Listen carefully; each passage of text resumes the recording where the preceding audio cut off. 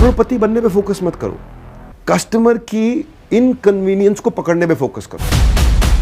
Customer की inconvenience को पकड़ो और प्रोडक्ट तैयार करो, करोड़पति बनोगे। एम्प्लॉय नॉर्मली करोड़पति आसानी से नहीं बनता है। Develop the goodness, the good money will come automatically. Don't focus on the valuables, focus on the values. जब भी आप किसी वैल्यूएबल से अपनी हैप्पीनेस को जोड़ोगे, वो वैल्यूएबल आ जाएगा, लेकिन तब तक आप अगली वैल्यूएबल के पीछे भागने लग जाओगे। ये 5 साल में करोड़पति बनने वाला कौन सा फॉर्मूला है? एवरीबडी कीप्स थिंकिंग कि हम 5 साल में ये कर देंगे, 5 साल में। तो करोड़पति कैसे बना जाए 5 साल में? रिमझिम जी, देखो इसका मैं आंसर अलग तरीके से दूंगा। ठीक है। पहला कि मैं कहूंगा कि ये क्वेश्चन ही बदल देना चाहिए। अच्छा, क्यों बदलना चाहिए? देखिए, मैं आपको जस्टिफाई करके बताता हूं। हालांकि आपने पूछा तो सम्मान है, लेकिन मेरा थोड़ा सा अलग मानना है इस विषय में। क्या है? करोड़पति बनने पे फोकस मत करो, कस्टमर की इनकन्वीनियंस को पकड़ने पे फोकस करो। अगर एम्प्लॉय हो तो बॉस की इनकन्वीनियंस पकड़ने में फोकस करो। देखो, आप जब छोटी थी ना, उस समय आपकी दादी जो थी पहले, वो उखली में मोसल लेकर के नमक, मिर्ची, हल्दी, धनिया, जीरा, गरम मसाला सब कूटती थी। बाद में आपने देखा कि आपकी मदर प्रीमिक्स मसाले यूज करने लगी। राइट। अब आपका समय आ गया, आप रेडी टू ईट डिशेस लेने लग गई। अभी आपका आगे विवाह होगा, बच्चों का जमाना आएगा तो रेडी टू ईट रोटी राइस भी मंगाएंगे, ready to eat samosa, pakora, tikki, कबाब भी मंगाएंगे। कि क्या है? कस्टमर की इनकन्वीनियंस को पकड़ो और प्रोडक्ट तैयार करो, करोड़पति बनोगे। बेबी केयर में देखो, अभी माँ जब बच्चे को दूध पान कराना चाहती है, स्तनपान कराती है, उसके लिए अलग प्रकार के वस्त्र आ गए, उनको लेके मॉल में पहन के जाती है ना। मुझे याद है जब शादी हुई थी तो बॉटल स्टरलाइज करने में लगे रहते थे बच्चा होने पे, तो बॉटल स्टरलाइजर आ गए। कितना यंग कपल जो बेचारे मेट्रोपॉलिटन सिटी में अकेले रहते हैं, उनको बहुत दिक्कत होती है। तो देखते देखते हमने देखा मीट के सब्स्टिट्यूट आ गया। अगर आपको नॉनवेज नहीं खाना है तो वेजिटेरियन मीट भी आ गया, ऐसा बिल्कुल प्योर वेजिटेरियन। जो महिलाएं घर में कुकिंग करती, cut cut cut cut cut, उनको प्याज काटना, उंगली कट जाती है तो फिंगर गार्ड आ गए। ये सब जो चीजें आ रही है, ready to wear pre stitch sari. मुझे नहीं पता आप साड़ी पहनते हैं कि नहीं पहनते, लेकिन अभी अगर आपको लगता है कि यार मैं ऐसे ऐसे ऐसे फोल्ड करके जब अंदर डालना होता है तो फोल्ड खराब हो जाते हैं। तो मेरे को इसलिए याद है, मैं धोती पहनता था सुबह सुबह मंगल आरती से पहले, ऐसे ऐसे ऐसे ऐसे लपेट के फट से पहन लेता। मेरे को स्पीड तेज थी। लेकिन क्या अब लेडीज के लिए प्री स्टिच साड़ी आ गई है ना। आपका वेलक्रो वाली कमीजें आ गई, शर्ट्स आ गई हैं। क्या है ये सब? कस्टमर की कन्वीनियंस। आज जो लोग बेचारे विजुअली इंपेयर्ड है, उनके लिए वॉकिंग स्टिक ऐसे नहीं अंधे की लाठी। अरे नहीं भैया, आज जो लाठी है उसमें वो लाठी स्टेप्स भी काउंट करती है, मेडिसिन भी रिमाइंड कराती है, कहीं गिरने का खतरा पहले बता देती है, आपको डायरेक्शन देती है, आपको सामने पत्थर है पहले बता देगी लाठी, इमरजेंसी अलार्म भी देगी। लाठी में टॉर्च भी है, लाठी में नेविगेशन भी है, लाठी में म्यूजिक भी चल रहा, हम किस गली जा रहे हैं, लाठी में यूएसबी भी है। तो ये जो है एल्डरली और विजुअली इंपेयर्ड, ये क्या प्रॉब्लम्स को सॉल्व करना है, उसी से हुआ है। अब आपके तो बाल सुंदर है, लंबे हैं, घने, लेकिन अगर किसी के छोटे हैं, उसको कहीं शादी में जाना है तो हेयर एक्सटेंशन आ गए उसके, है कि नहीं। तो ये जो है ना, करोड़पति बनने में मत लगो, ये प्रॉब्लम सॉल्व करने पे फोकस करो, है ना। कंज्यूमर की नीड्स को समझ के हाँ, अब देखो, इंश्योरेंस पहले भी बिक रही थी, पर कंफ्यूजन थी कौन सी लूं, तो पॉलिसी बाजार आ गया। होटल पहले भी थे, लेकिन कौन से में कमरा ठीक रेट पे मिलेगा, ट्रेवैगो आ गया। अब ये देखो ना कि भाई, मैंने चश्मा पहले भी बनता था, लेकिन अब घर पे आके बनता है, लेंसकार्ट आ गया। रियल एस्टेट पहले भी बिकता था, पर अब मोबाइल पे प्रॉपर्टी ढूंढ लेता हूं, मैजिक ब्रिक्स आ गया, है ना। स्किल्ड प्लम्बर होता है, कौन कारपेंटर होता है, मसाज करने वाला होता है, इलेक्ट्रिशियन होता है, एसी ठीक करनी, से पहले भी थे, लेकिन अर्बन कंपनी आ गई। तो इन सब ने आके कस्टमर की प्रॉब्लम को सॉल्व करी, इसको कन्वीनियंस दिया। कस्टमर पे करने को एक्स्ट्रा भी तैयार है, एक्स्ट्रा देगा आपको, आप करोड़पति 5 साल में बन जाएंगे। अच्छा, अभी जस्ट मेरे जहन में ये चीज आई कि क्या सिर्फ एंटरप्रेन्योर बन के पैसा कमाया जा सकता है, लाइक करोड़पति बना जा सकता है, कि कहीं नौकरी करके भी आप वो मुकाम पा सकते हैं? ये just came to my mind. लग रहा है अपने लिए सोच रही हैं आप, तो मैं जवाब दे देता हूं। मैं वही सोच रही हूँ, अभी आपने मुझे इतना ज्ञान जैसे। ओके, आप बिल्कुल ठीक। देखिए, एक होता है एंटरप्रेन्योर, एक उसके बीच में होता है इंट्राप्रेन्योर, और एक होता है एम्प्लॉय। ठीक है, एम्प्लॉय नॉर्मली करोड़पति आसानी से नहीं बनता है। एम्प्लॉय से जब वो इंट्राप्रेन्योर बन जाता है, यानी कि वो एम्प्लॉय भी है लेकिन बड़ी प्रॉब्लम सॉल्व करने में लगा हुआ है, तो उस कंपनी का मालिक उसको शेयर्स भी देता है, ईसॉप्स देता है, उसको हिस्सेदारी देता है, उसको मार्जिन्स देता है, उसको इंसेंटिव्स देता है, उसको वेरिएबल्स देता है, उसको बोनस देता है, क्योंकि वो इंट्राप्रेन्योर है।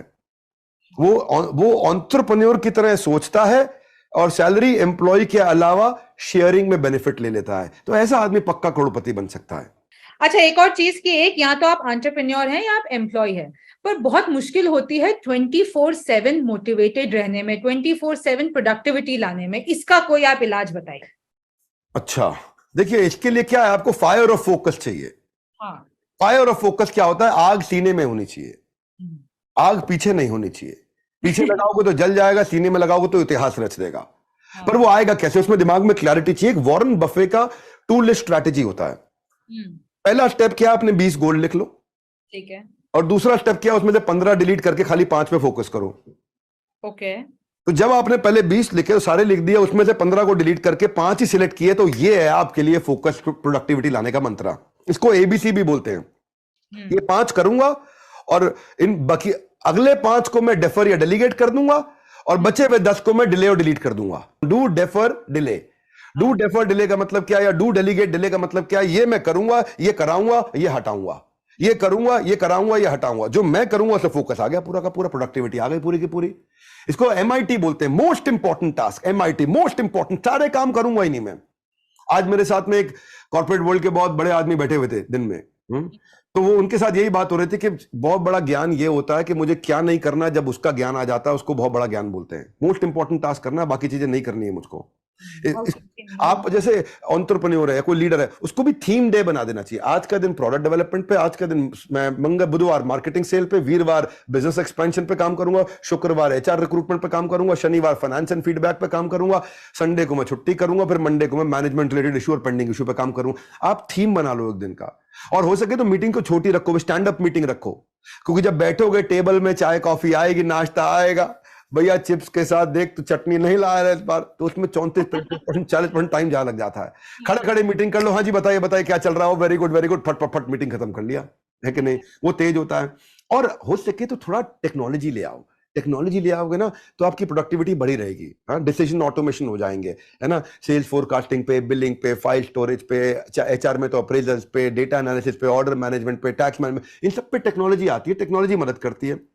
पर एक रूल जो मैं फॉलो करता हूं उसको बोलता हूं एमसीडी, यानी कि मिनिमम कमिटमेंट डिसिप्लिन। इतना तो करूंगा ही करूंगा, इतने कदम रोज चलूंगा ही चलूंगा, इतने पेज रोज पढ़ूंगा ही पढ़ूंगा, इतना घंटा मैं परिवार के साथ बिताऊंगा ही बताऊंगा, इतना समय आध्यात्मिकता पे लगाऊंगा ही लगाऊंगा, इतना कैलोरी रोज बर्न करूंगा ही करूंगा। एमसीडी, मिनिमम कमिटमेंट डिसिप्लिन, इतना तो करूंगा ही करूंगा। मिनिमम नंबर ऑफ आवर्स अपने आप को ऑर्गेनाइज करने पर लगाऊंगा ही लगाऊंगा। मैं डिजीज फ्री रहने के लिए इतना पानी तो मैं रोज, इतने लीटर पानी रोज पीऊंगा ही पीऊंगा। इसको बोलते हैं एमसीडी।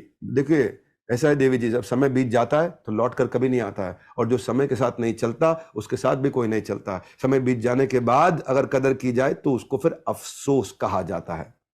ये इसी से ये क्लियर हो गया कि अगर जब तक कंसिस्टेंसी नहीं आएगी आपके विचारों में और आपके गोल्स में, आई थिंक यू शुड, आप ये नहीं कर पाएंगे। और दूसरा है कि लोग खुश भी नहीं रह पाते हैं। लोग कहते हैं कि वो 24 घंटा में कैसे खुश रह सकूं, कभी दुखी हो जाएंगे कभी इस बात से। तो इसका भी कोई इलाज बता दीजिए। मोटिवेटेड तो आपने बता ही दिया।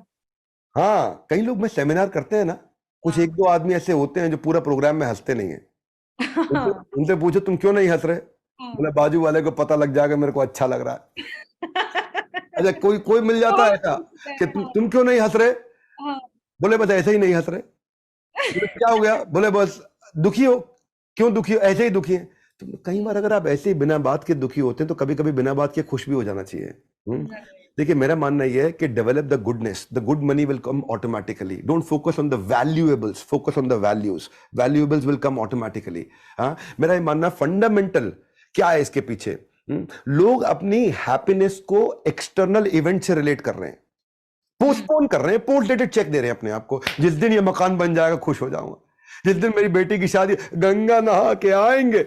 देखिए ये सब क्या पोस्टपोन कर, गाड़ी खरीद लूंगा खुश हो जाऊं, पोस्टपोन कर रहा। अननोइंगली पोस्ट डेटेड चेक दे रहे हैं अपने आप को। अपनी हैप्पीनेस को पोस्टपोन मत करो, बिकॉज उसका है, देखिए जब भी आप किसी वैल्यूएबल से अपनी हैप्पीनेस को जोड़ोगे वो वैल्यूएबल आ जाएगा, लेकिन तब तक आप अगली वैल्यूएबल के पीछे भागने लग जाओगे। You forget to become happy. तो मेरा मानना यह है कि जो रिवर्स है, नदी, they don't go rivers, rivers don't go rivers, so flow like a river. क्योंकि जब when you change the way you look at the things you look at they change. तो आपको देखिए, so don't try to change the things, try to change the way you look at them. कहते हैं ना कि things turn out best for those who have made the best out of the way the things have turned out. तो मेरा ये मानना है कि जब बदलती है नजरें, बदल जाते हैं नजारे, मानो तो जीवन में सुख ही सुख, मानो तो जीवन में सुख ही सुख, ना मानो जीवन दुख का दरिया। देखो मेरे यारो, जीवन और कुछ नहीं, बस है देखने का नजरिया। तो नजर का इलाज तो है देवी जी, नजर का इलाज है, नजरिए का इलाज नहीं है। नजरिया ठीक करिए, खुश रहेंगे। एक आखिरी सवाल मैं आपसे पूछना चाहूंगी, क्योंकि आपने वृंदावन में बहुत लंबा समय निकाला है, आपने गीता बहुत अच्छे से पढ़ी है, आपकी एक सीरीज होती है practical Gita, Gita in action. Gita in action. तो आप क्या एक मैसेज देना चाहेंगे हमारे व्यूअर्स को फ्रॉम गीता? मैं आपके व्यूअर्स को ये मैसेज देना चाहता हूं कि भगवत गीता खोलिए, पढ़िए, और मेरी एक सीरीज है Gita in action, free of cost है, कोई चार्ज नहीं है, ना आज है ना आगे लेंगे। गीता इन एक्शन सीरीज में जाइए। भगवत गीता एक टाइमलेस विजडम है, which is beyond time place circumstance, ये समय काल परिस्थिति के अलग है, बियॉन्ड है।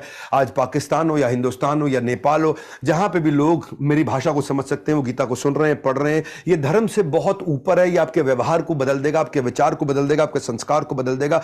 भगवत गीता एक ऐसा ग्रंथ है जहां पे कोई हिंदू मुस्लिम सिख ईसाई नहीं आता। आपको हाथ जोड़ के रिमाइंड कराना चाहता हूं, एक ऐसा ग्रंथ है जहां पे कृष्ण ने अर्जुन के डिप्रेशन को खत्म किया, एक ऐसा ग्रंथ है जहां कंफ्यूजन से आप क्लैरिटी की तरफ मूव करते हैं, एक ऐसा ग्रंथ है जहां पे आदमी बाउंस बैक कर जाता है, जो गीता की शुरुआत में रो रहा था और बाद में धनुष बाण लेकर के खड़ा है और सबको दुनिया को रुला रहा है। एक ऐसा ग्रंथ है जो आप किसी भी, आप teacher, lawyer, doctor, chartered accountant, आपका एक अपना युद्ध है, अर्जुन का एक अपना युद्ध था, आप अपने युद्ध को जीतने लग जाओगे। आप जर्नलिस्ट हैं, आप अपना युद्ध जीत जाएंगी। इसलिए गीता को मैं प्रमोट करना चाहता हूं, हर देश में पहुंचाना, देश के हर घर में पहुंचाना चाहता हूं, और उसमें आप हमारा सहयोग करिए। Gita in action free series का लाभ उठाइए।